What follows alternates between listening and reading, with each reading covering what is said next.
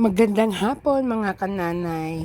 Ayan po ang ulam namin kahapon, tinolang manok na hanggang ngayon ay ulam pa rin namin.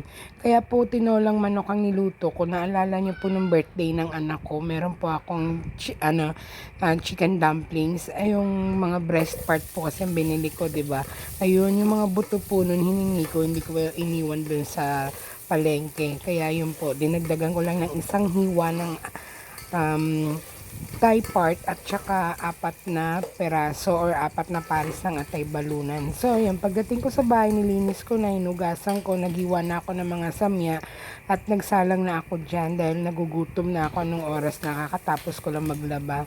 Ang luya ang inuna ko pagka init ng pangalan nito ng mantika, tapos bawang. Papupulahin ko lang yung bawang or hanggang maamoy ko na yung amoy ng bawang kasi masarap po yung ano eh. Tapos pinagsabay ko na pala yun, yung bawang at saka sibuyas dahil ayaw nila maghiwalay eh. Nagsama na dun sa may plato. Tapos ayan na yung backbone at saka yung isang hita. Ang dami nga po niyan dahil nga po apat na peraso din po yun na backbone, tapos isang hita at saka apat na pares ng atay balunan. Dahil nga po kapag backbone lang, walang makakain yung anak ko. Tapos nakita niyo po ganun yung paminta na ginamit ko kasi yung kaibigan ko nga po dito na may tindahan, nagupit niya. Sabi niya, Sara, bilhin mo na nga to. Ayos ha. Sabi ko, napilitan pa ako. Pero ako, di ba po, na bumibili ako ng paminta na talaga sa may palengke. Kasi naglagay na rin po ako ng chicken cubes dyan dahil wala nga po akong patis. Pero bumaba din po ako dyan para bumili din.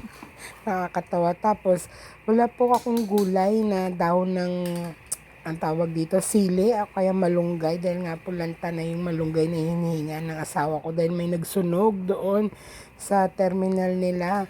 Kaya pechay po ang nilagay ko dyan. Sabi ko, subukan ko nga din. Tapos ayan, masangkutsa ko lang po yung mga 15 minutes. Tinagalan ko para mas lumabas yung lasa ng manok at saka ako nilagyan ng tubig. Sakto yung pinakulo ko talaga ng tubig kasi sabi ko papakulo dapat ako para panligo ng anak ko. Ayaw niya kasi para nga daw malamig sa katawan ba pagpasok niya sa school. Sabi ko, sige, yan na lang din ang isasabaw ko.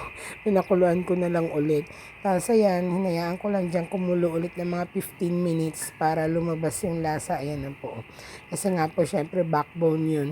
Noong 21 ko pa yun binili. Kaya sabi ko, lutuin kong maigi. Kasi yan na po yung atay. Apat na pares nga po yan, di ba? Paulit-ulit ako. Kaya tuwang tuwaan ako dyan, ang daming atay. Tapos pakukuluan ko lang din po yan ulit mga 5 minutes. Saka ko naman po nilagay yung papaya. Tapos ang dapat nga po niyan, paglagay ko ng papaya, hindi pa kumukulo, lalagay ko na rin yung pechay, tapos pinatay ko na. Alam niyo po ang nangyari, kasi gusto ko po talaga pagkaluto ng tinola, kain agad, para malutong pa yung papaya, ayoko yung labog na. Ay nako, meron emergency nangyari dito sa amin, dahil nga po naglagay sila ng poste, ano ba yan? Doon pinatong sa, ng tubig, mga tubo, di syempre, lahat talaga ng mga taga rito sa amin magrereklamo. Kaya ayun, bumaba tuloy ako. Pagbalik ko lata na yung papaya ko. Ayan o, nilagay ko na yung papaya. Pagtapos niya may sisigaw niya sa akin. Sara, sa... Kaya yun, bilis ko din. Sabi ko, saglit na, anong gagawin ko? May ulam akong niluluto. Sabi ko, sa yun, nilagay ko na din kaagad yung pechay. Tapos pinatay ko na. Dahil nga po tapos bumaba ako dahil kailangan nila ako doon. Kaya ayun po ang aming ulam kahapon na hanggang ngayon po ang dami pa din. Dahil kahapon ng hapunan din rin po kami nakakain dahil may kaibigan po kami nag-birthday. So ayun po, see you in my next video. Thank you, bye, God bless.